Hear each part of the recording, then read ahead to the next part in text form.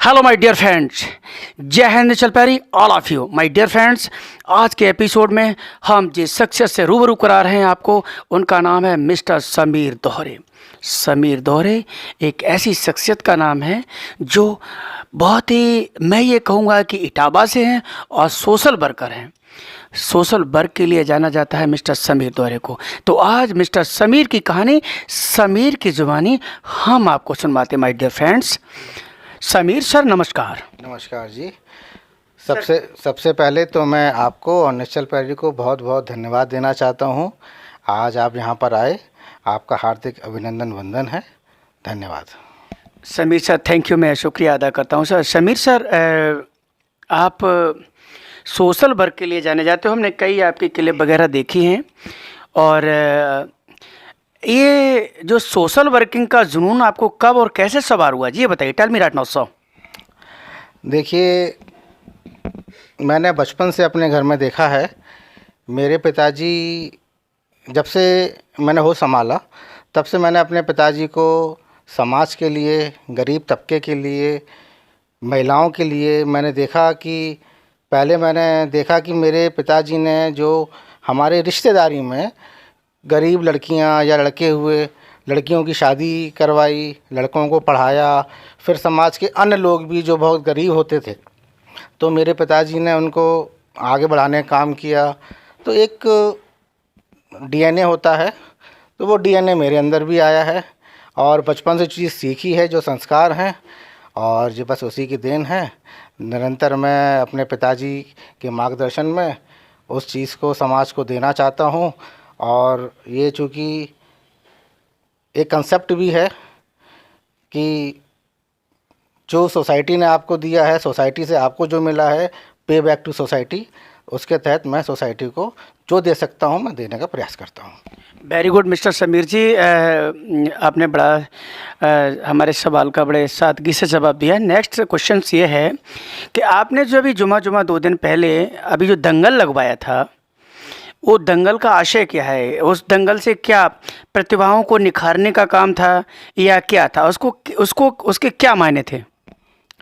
देखिए, चूँकि विगत 2 वर्षों से कोविड की वजह से दंगल का आयोजन नहीं हो पा रहा था, जो पिछले 73 वर्षों से लगातार होता रहा था।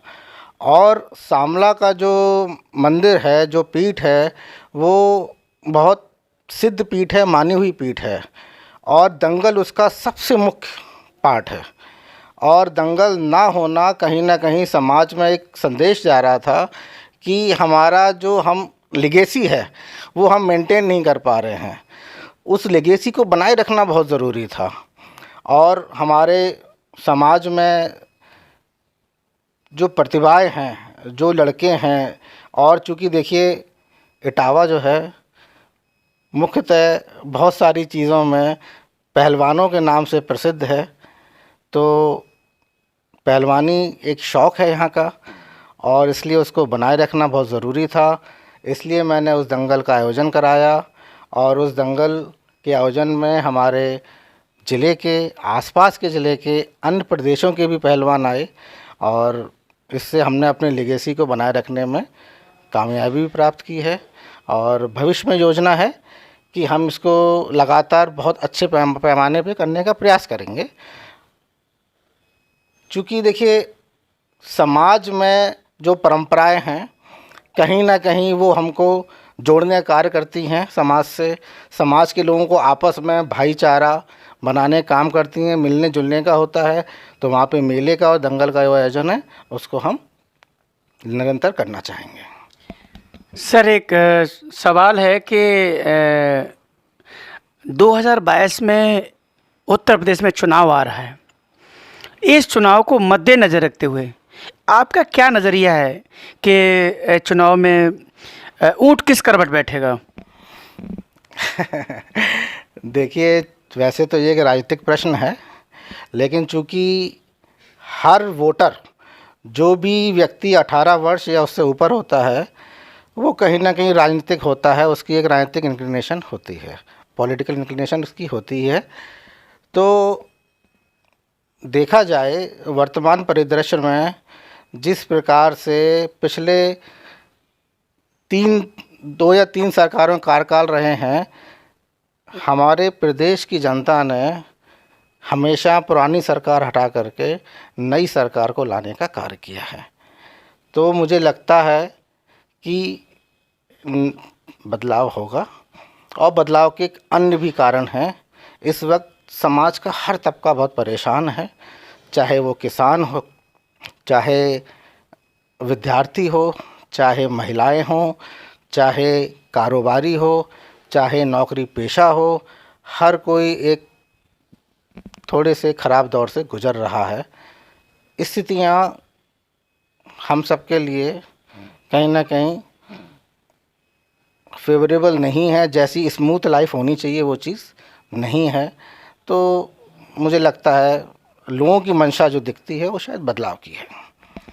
समीर सर, आप एक सोशल वर्कर हैं और इशारों में आपने बहुत कुछ कह दिया है, और आपने जो अमूल्य समय में से जो समय दिया है चैनल के लिए, शिवा राठौर का तहे दिल से आपका शुक्रिया अदा करता है समीर सर। आपका बहुत बहुत धन्यवाद।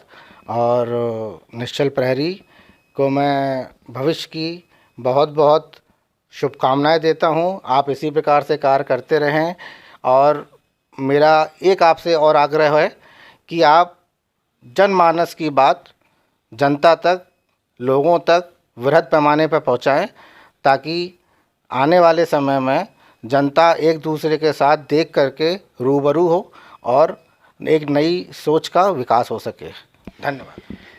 Thank you sir. मैं प्रयास करूंगा कि आपकी कसौटी पे खरा उतरूं। माय डियर फ्रेंड्स, आज के एपिसोड में इतना सफिशिएंट है।